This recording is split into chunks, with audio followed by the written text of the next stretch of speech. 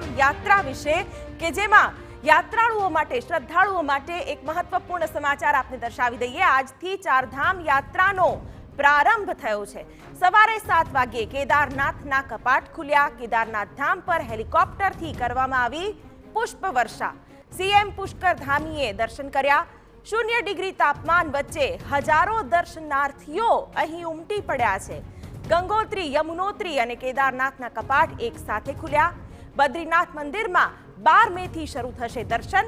અખાત્રીજના પાવન અવસર પર કેદારનાથના દર્શન કરવાનો મહિમા છે, ત્યારે 22 લાખથી વધુ શ્રદ્ધાળુઓએ રજીસ્ટ્રેશન કરાવ્યું છે। ત્યારે આ દ્રશ્યો અમે આપને દર્શાવી રહ્યા છીએ કે જ્યાં યાત્રાળુઓનો ધસારો જોવા મળી રહ્યો છે। પુષ્કરસિંહ ધામીએ કપાટ ખોલાવ્યા અને ત્યાર પછી શ્રદ્ધાળુઓ કેદારનાથ ધામમાં ભગવાન શિવની એક ઝલક જોવા માટે અહીં તલપાપડ જોવા મળ્યા। મોટી સંખ્યામાં ભક્તો પહોંચ્યા છે। અખાત્રીજના અવસરે ચારધામ યાત્રાનો આજથી પ્રારંભ થયો છે। 2 દ્રશ્યો અમે આપને બતાવી રહ્યા છે। સુશોભિત કરાયેલું કેદારનાથ ધામ, બીજી તરફ હેલિકોપ્ટરથી કેદારનાથ ધામના પરિસરમાં પુષ્પ વર્ષા કરાવી હતી, એ દ્રશ્યો પણ જોઈ શકાય છે।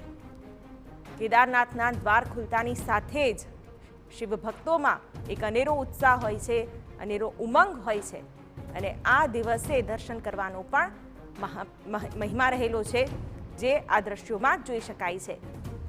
કેદારનાથના કપાટ ખુલતાની સાથે જ શ્રદ્ધાળુઓ અહીં પહોંચ્યા છે। ભીડ છે, ધસારો છે, પણ દર્શન કરવાની ચાહના એટલી છે કે ભીડમાં પણ લોકો અહીં પહોંચી રહ્યા છે।